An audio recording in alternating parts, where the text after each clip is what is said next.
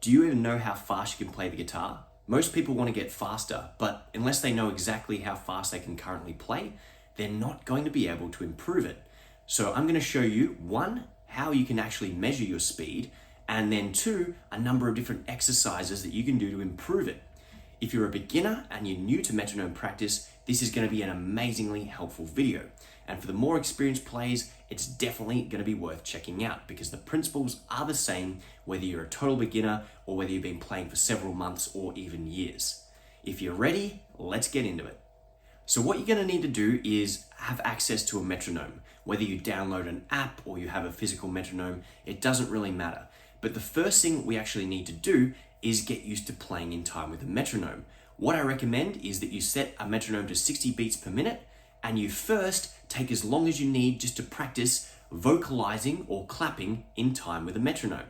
So if you've never practiced with a metronome, the first thing you need to do is to go to 60 beats per minute and practice just vocalizing in time with it.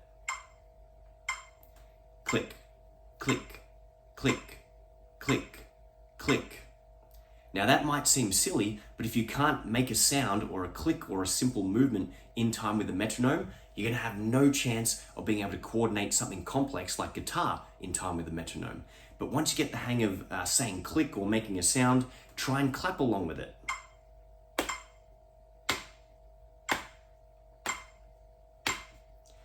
You might need to spend a couple of minutes just getting used to that at a couple of different tempos. But don't go too much slower than 60 because the timing will be hard, and don't go too high because then it becomes physically hard to keep up with the tempo there. Now, assuming you can already vocalize or clap in time with the click, it's time to grab our guitar. We're going to do a couple of exercises just to get you used to playing in time with the metronome. So the first thing we're going to get you to do is play one note on your guitar at a time. You can either do an open string or just a single fretted note. The truth is you'll never be able to play faster than what you can actually pick a single string on the guitar.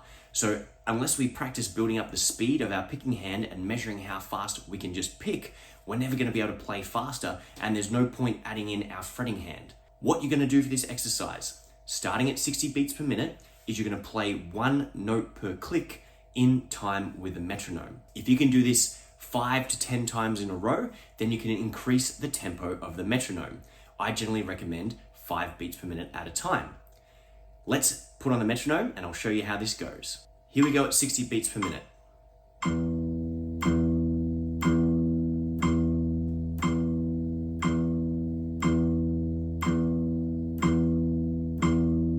Now, I was able to do that 10 times in a row without a mistake at 60 beats per minute, so I will jump up to 65.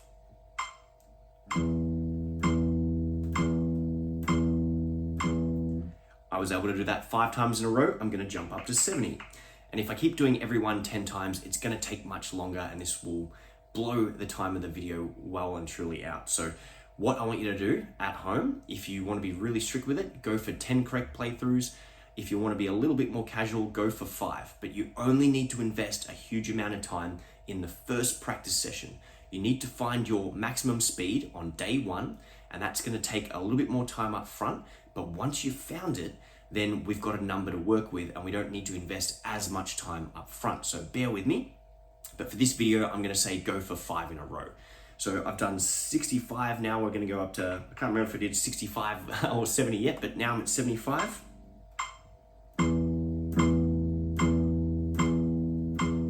And then I would keep going up in increments of 5. Here's what it sounds like at 120.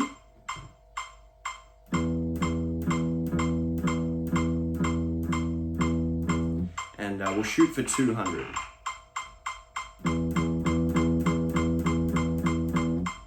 So what you would do is keep on going up and up and up until you max out your metronome. Now that may happen at 200, it might happen at 250, you might have a metronome that goes all the way to 500, but somewhere between 200 and 250, what I recommend is that you drop the tempo somewhere back down to 60 and 100, and you play 2 notes per click. This is going to help with your timing. It's also going to stop you from maxing out the metronome and not being able to go any faster. And this is 200 notes, 200 beats per minute. Now, if I drop down to 100, but I play 2 notes per click, 1 and 2 and 3 and 4 and I'm actually playing the same amount of notes. I'm counting at half the speed, but I'm playing the same quantity of notes. So the tempos are relative. If I drop down to 50 and I played 4 notes per click, I would still be playing the same amount of notes.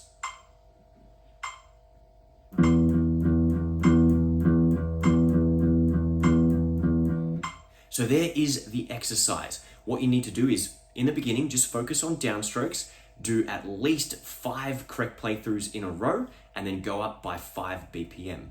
If you're a little bit more experienced, or you know you can already play substantially faster, you can jump up in increments of 10, 20 in the initial couple of phases, and as you get closer to your maximum amount of speed, you can wind it back down to small increments of 5, maybe even 3 BPM.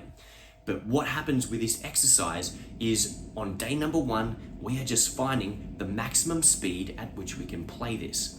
Let's just say if you get to 200 BPM on day number 1, you know that you can play 200 notes per minute. You've established your speed at which you can play.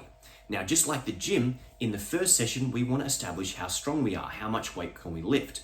And let's just say we figured out that we could bench press 30 kilos. We started with a broomstick, and then we did a 5 kilo bar, then a 10 kilo bar, and then maybe 15 and 20.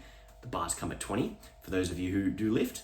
And then we start putting some weight plates on. Let's say day number 1, we figured out that we can lift 30 kilos. What we don't do on day number 2 is start with a broomstick and then go 5 kilos, 10 kilos, 15, 20, 25, 30 again. What we do is go, okay, well, we got to 30. Let's start at maybe 70% of that. We'll start at, well, let's figure out what 70% of that is. And this is where the calculator comes in handy and what you should be using, because we're going to do it with our video as well, with our guitar speed. So let's just say if I can lift 30 kilos, I'm going to multiply that by 0.7, 21 kilos. So I might start with a 20 kilo weight plate because that's the closest I can get. And if I can do the set number of reps, 8, 10, or 12, then I'll go to 22 and a half, maybe 25. And then I'll keep on going up, and hopefully after a couple of gym sessions, I'll get to 32, 35, 40, 50, and we'll work our way up to 100. Your speed works the same way. So if you played 200 beats per minute on day number 1, when you go and practice, you multiply 200 by 0.7, 140. What you're going to do is start the next practice session at 140, 70% of your max speed, because between 60 and 140, you can do that just fine. We don't want to waste 5 minutes of practice time going through something we can already easily do. We want to work out from 140 upwards, and hopefully we'll get to 205, 2010. And then we'll start at 150, whatever 70% of 205 or 2010 is. And then hopefully we'll finish at 220, and then we'll drop the speed back down, and we'll continuously, over a period of days, weeks, months, even years, continue to build up our picking speed. Now, one last little disclaimer before we move on to the second exercise. I recommend that you use alternate picking. If you're a total beginner, you've just got to get used to doing downstrokes. You can also make an exercise where you do 10 down, 10 up, and then 10 alternate picks if you like. But somewhere roughly between 100 and 160, you should probably start incorporating alternate picking, where you pick down, up, down, up, down, up, because at some point you won't physically be able to execute only downstrokes past a certain point. You'll hit a terminal velocity. Anyway, that's enough yapping from me. Let's get into exercise number 2.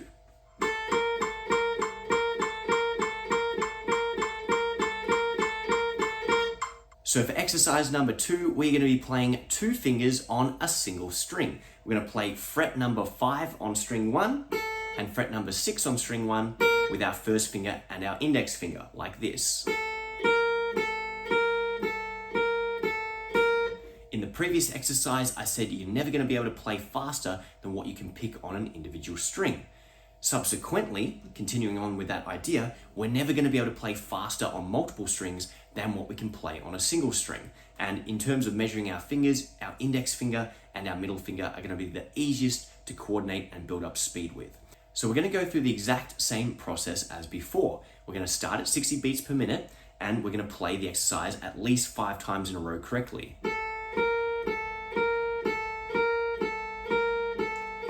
If I can do that 5 times in a row at 60 beats per minute, then I can go up to 65, 70, 75, 80, etc. Now, if you just got up to 200 beats per minute in the previous exercise, 60 is probably going to be painfully slow.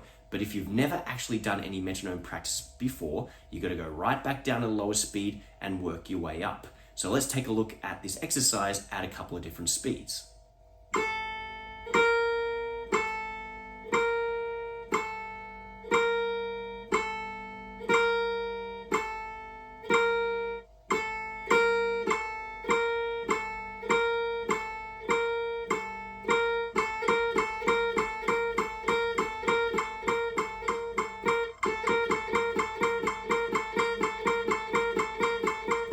Yes, this is going to be time consuming, but you only need to spend all that big upfront time once. Find the maximum speed at which you can play, and then tomorrow when you go practice or the next time you do this, you start at 70% of that speed. Just take a calculator, multiply whatever that number is by 0.7, and that is going to be the next starting speed. And hopefully you keep on pushing past your max, you increase the upper threshold, you increase the lower threshold. You keep on improving over time. Now, the most important thing you can do is measure it. And I also highly recommend that you record your personal best on day number 1, so that in 30 days from now, 90 days from now, like 12 months from now, you can look back and see how much you've actually improved. Now, the final exercise for this video would be to take this concept and try and map it to a scale, such as our pentatonic scale or our major scale. For simplicity's sake, you can just take a 1 octave minor pentatonic scale, simply ascending, and set your metronome to 60 beats per minute.